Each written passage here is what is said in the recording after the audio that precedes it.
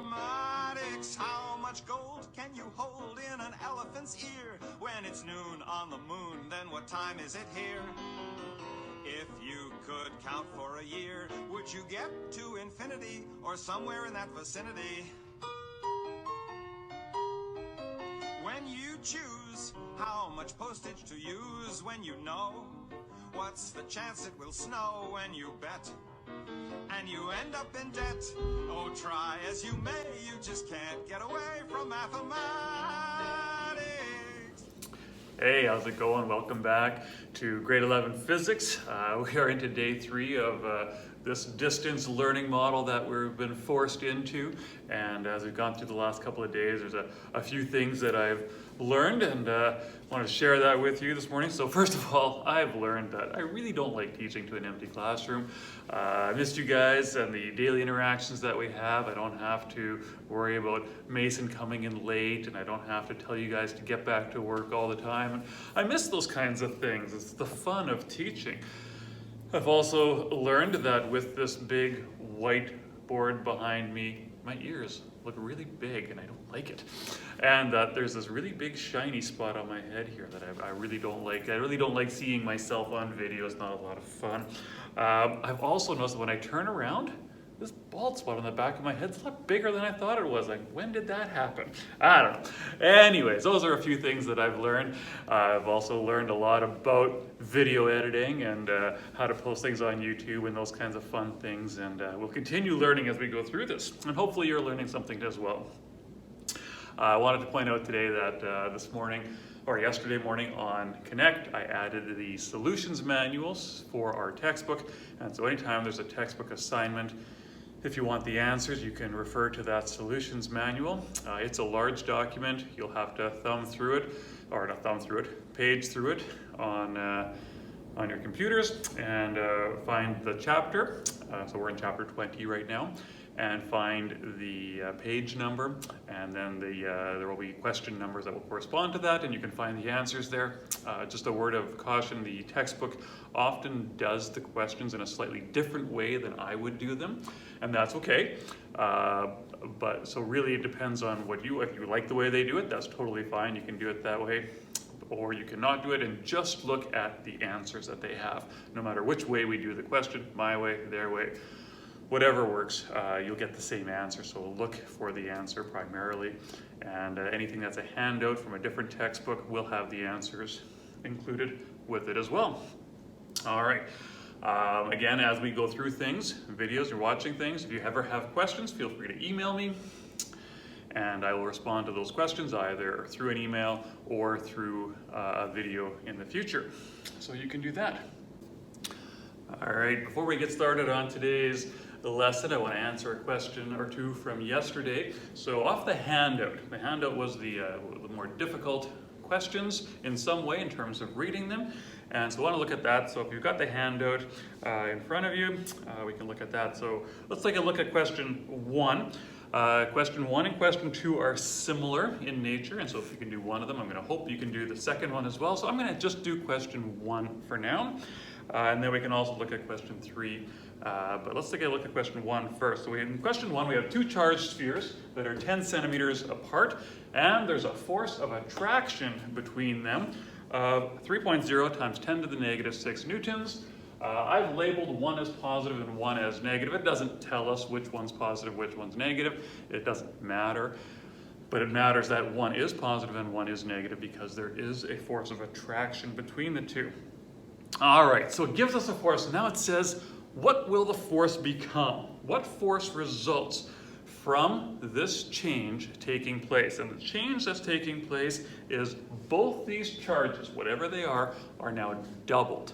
All right, so yesterday we talked about proportionalities. We said that the force between 2 charged objects is proportional to the charges that are in play.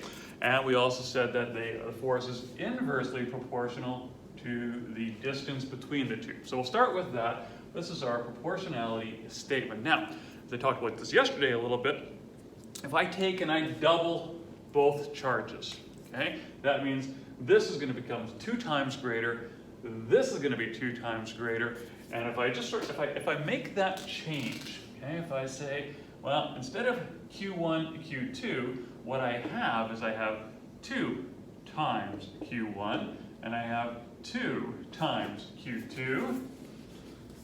What happens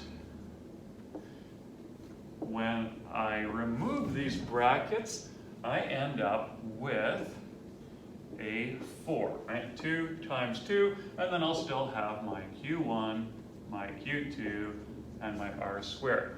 And this 4 becomes how much greater the force is going to become. So I have a force of 3.0 times 10 to the negative 6 newtons.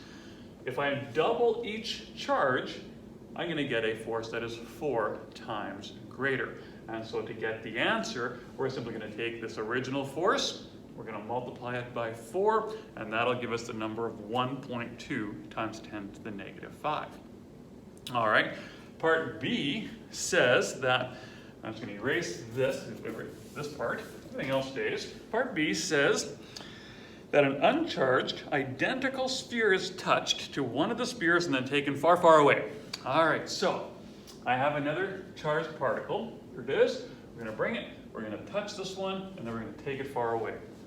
Now, from your reading the other day, what you have to realize is that if I do that, if I have a charged particle and I touch an uncharged particle to it, well, what happens? Well, they will reach a state of equilibrium. Half of this charge will go into the other object, right? They'll share those electrons. And then I take it far away. So what's effectively happened is that this charged particle now has half of its charge. All right, so if I go back to making changes to my proportionality statement, Q1 has stayed the same. Q2 has become half of what it was. And again, if I take the half and I put it out front,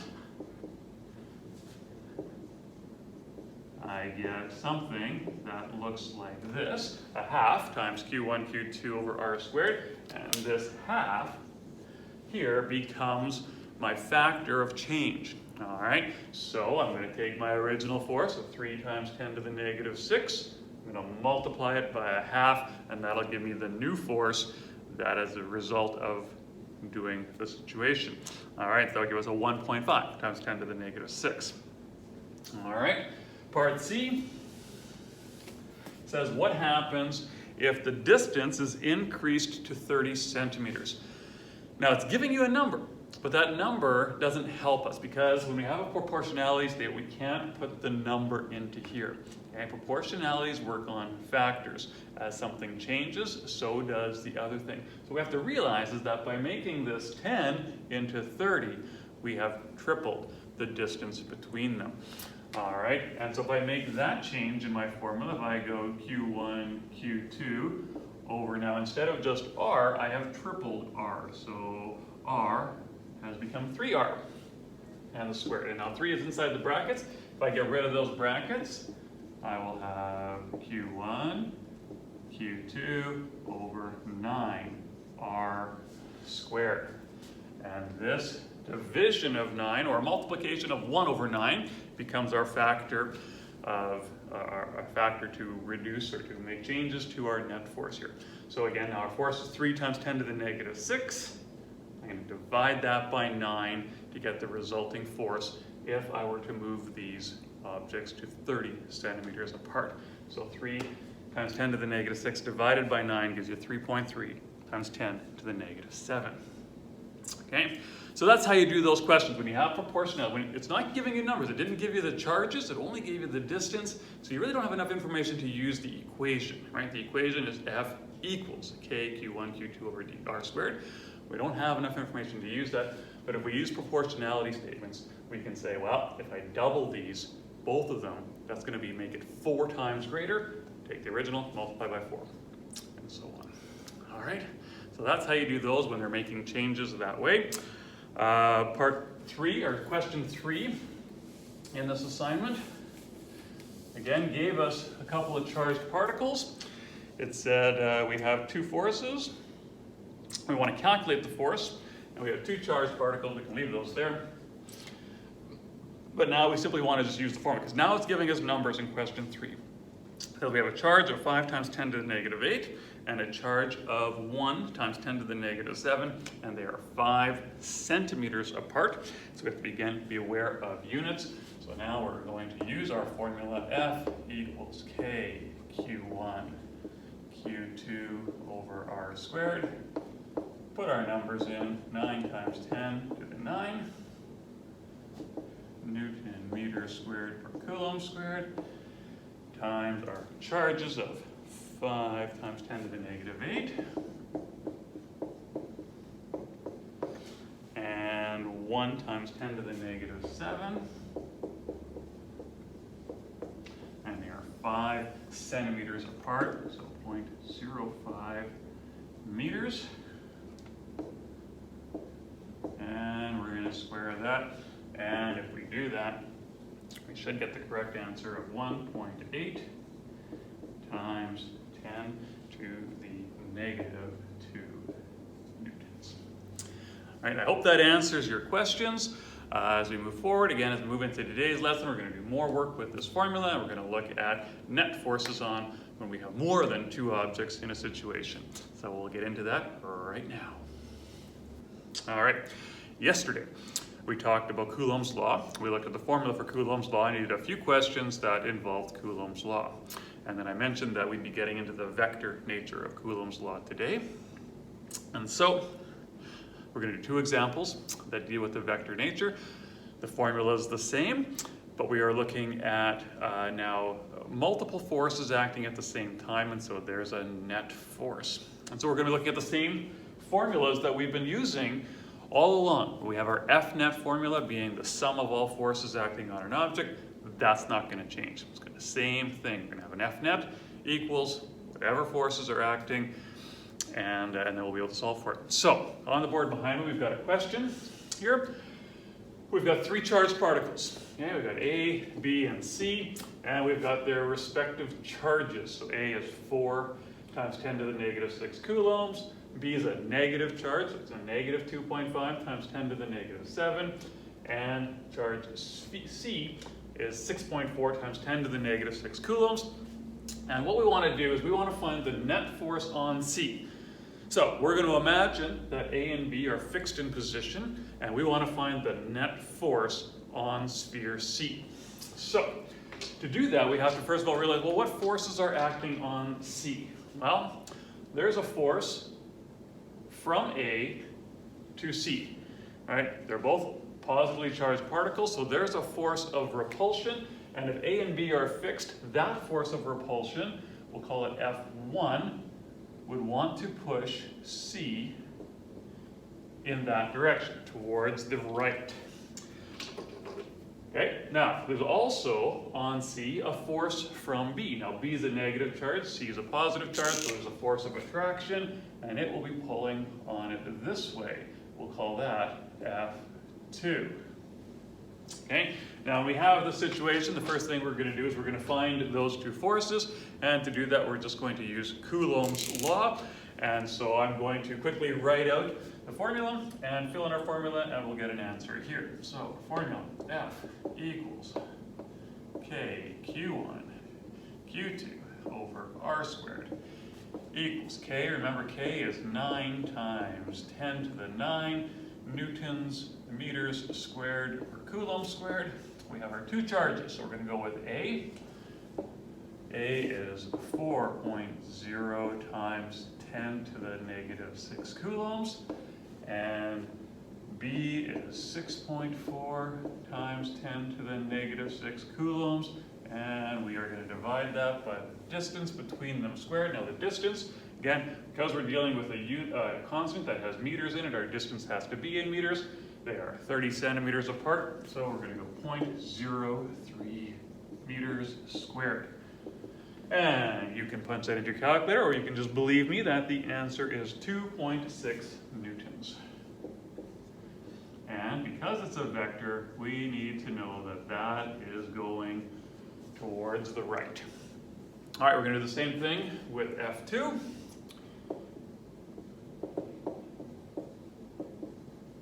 So we'll quickly write things out again. couple of numbers change. The constant remains the same. But now we are going to use B, which is 2.5 times 10 to the negative 7 coulombs, and C is 6.0 times 6.4.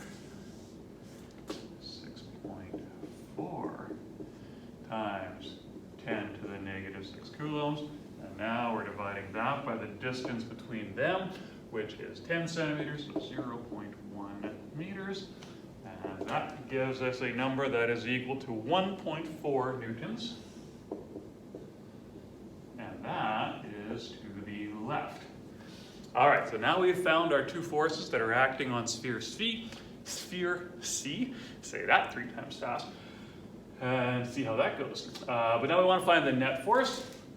And so we simply do F net is equal to the sum of all the forces acting on an object. So we're going to go F1 plus F2. And in this case, we again have to be careful with directions. So F1 is 2.6 newtons. And we're going to go plus, and it's to the right. So we'll leave it as positive. We're going to go plus.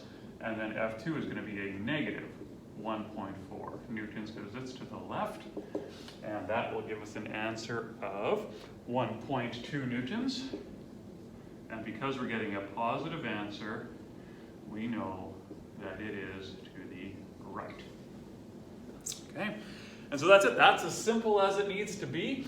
We find the two individual forces that are acting on object C, and then we find the net force, which is the same formula we've been using in all of our dynamics stuff. F net, sum of the forces, be careful with direction. They are in opposite directions. And so making the one that's to the left negative, getting your answer, whether it's positive or negative, will tell you the direction that it's in. All right, we're going to move to a second example, which puts things into angles and forces us to use a little trigonometry. Okay, so in this example, we've got 4 charged spheres situated at the corners of a square. So we've labeled them A, B, C, and D. A and C are positively charged particles. B and D are negative. Each charged particle has a charge 5 times 10 to the negative 6, so they're all equal, just different signs, whether they're positive or negative. And the square that they are situated in has side lengths 25 centimeters. All right, so the question here would be to find the net force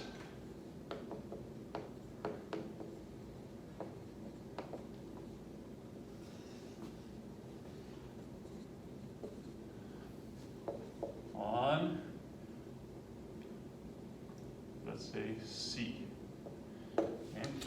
We'll find it on C, but as you'll see, we can find it on any of the 4 spheres, and they will in fact all be the same. So let's do it for C, and then we'll go from there. Grab my whiteboard markers. All right, so if we look at C, C is going to have 3 forces acting on it, right? Again, imagine the other 3 stationary, and sphere C here is free to move about. And so sphere C is going to be attracted to sphere B. We'll call that F1. It is going to also be attracted to sphere D. We'll call that one F2. And it's going to be repelled from sphere A. And that one's going to be on this angle. And we'll call that one F3.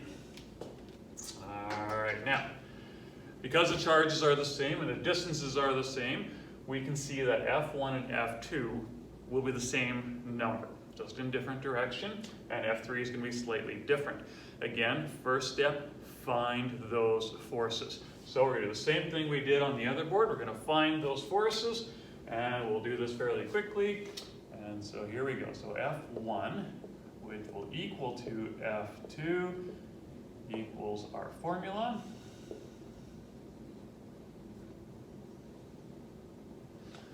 And I'm going to write a little smaller, but you can probably see it. So 9 times 10 to the 9 newtons meters squared per coulomb squared.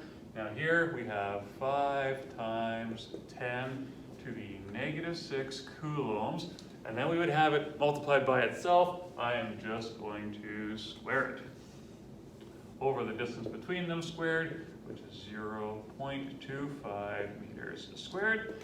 And we do that, we will get an answer of 3.6 newtons. Okay. Not going to put a direction on here yet, because when we do our net force, we will work with directions momentarily. All right. F3, same formula.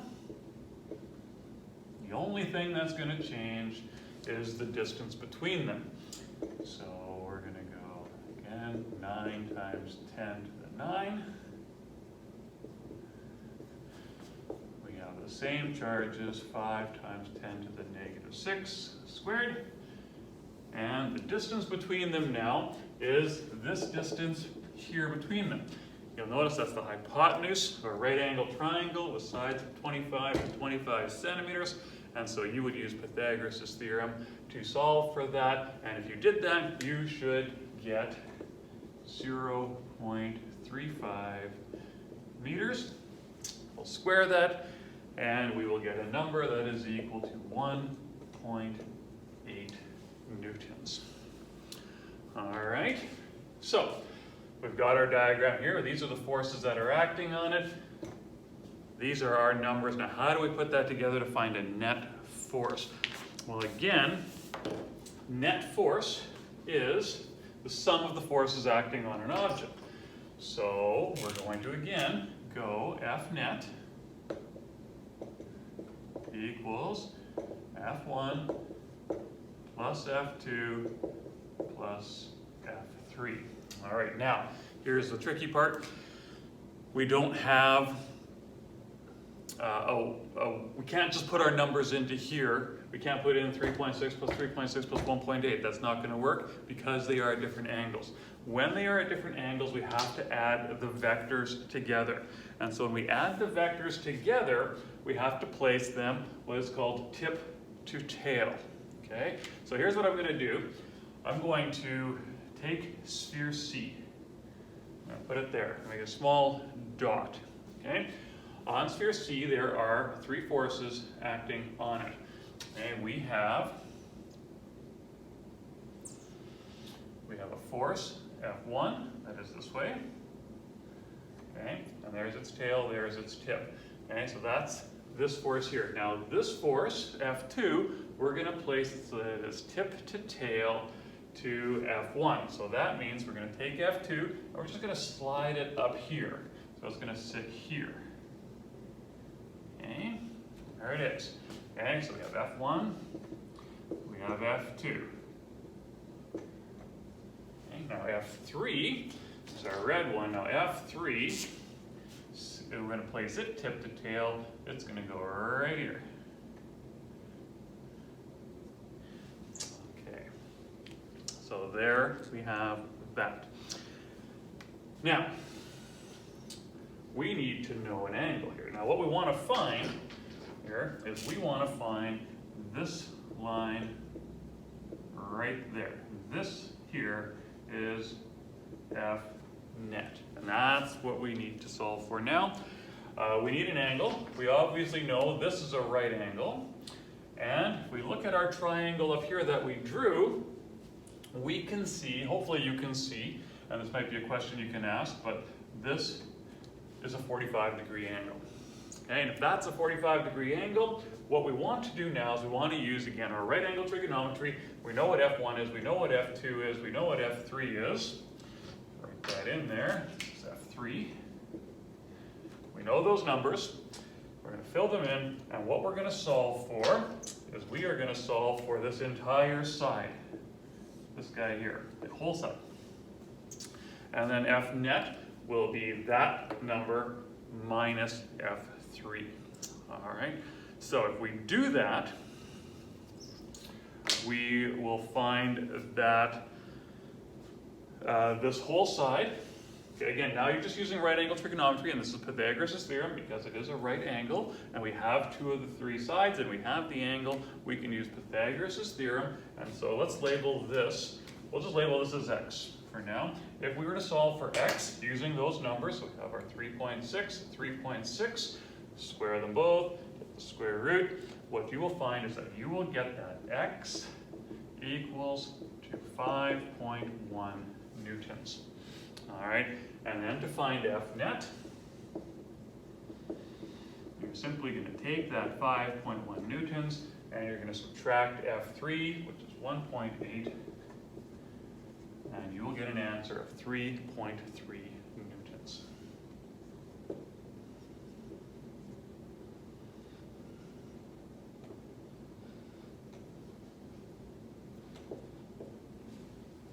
Okay, now we do have to express that as an angle.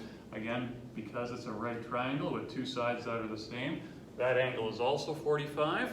And so if we're going to express this as what direction this is going to go, we have to say that this would be, now again, I'll use north, south, east, west. On the board here, it's obviously up and down.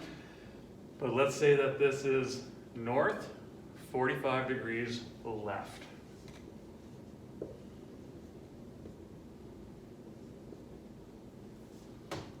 I can write that properly.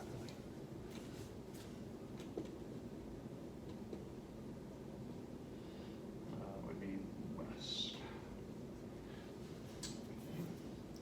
North, 45 degrees west. All right, so it can get a little complex. I get it. Most of the questions you're going to get will be like the previous example where they're in a nice straight line and you simply have to keep left and right separate and make sure you're adding and subtracting properly. But again, when you're doing any question that asks you to find net force, the first thing is to find the individual forces using Coulomb's law. Okay, once we have those forces, it's like doing any dynamic question that we've already done in the past, where you are going to simply do F net equals the sum of the forces acting on the object. Okay? When it's at angles, the sum becomes a vector diagram that looks like this, where we need to add the vectors by placing them tip to tail, which means you're placing one vector after the other in their directions, and then finding the resultant, which goes from the beginning of your diagram to the end of your diagram, and that's your F net in that case. All right, so you're going to get a few questions again today. You're going to get questions out of your textbook. Those questions are on page, just make sure I got them here, they're on page 552, numbers 9, 10, and 11. And then I'm going to give you again questions out of that other textbook. I'll give you a handout where you'll be doing 3 questions there as well. And hopefully they go well. Again, as you go through them, as you work through them, if you have any questions, again, the solution manual for the ones in your textbook are there. And you can find those answers. The questions on the handout, the answers will be in brackets at the end of the questions. And yeah, if you have any questions, make sure you email me, and I will be sure to answer those questions, either by emailing you back or by responding in tomorrow's video. All right, as we end off today, as always, I want to share with you the verse of the day. The verse of the day today comes from 2 Corinthians 9, where it says, "Each of you should give what you have decided in your heart to give, not reluctantly or under compulsion, for God loves a cheerful giver." All right, that's the end of today's video. Hopefully the assignment goes well for you. Ask any questions that you have and I'll get back to you. Hopefully things are going well for you at home and that you're able to do the work you need to do and have some fun as well. Again, if you like the video, make sure you subscribe to my channel so that you can easier access the videos, and we'll see you tomorrow. Have a great day.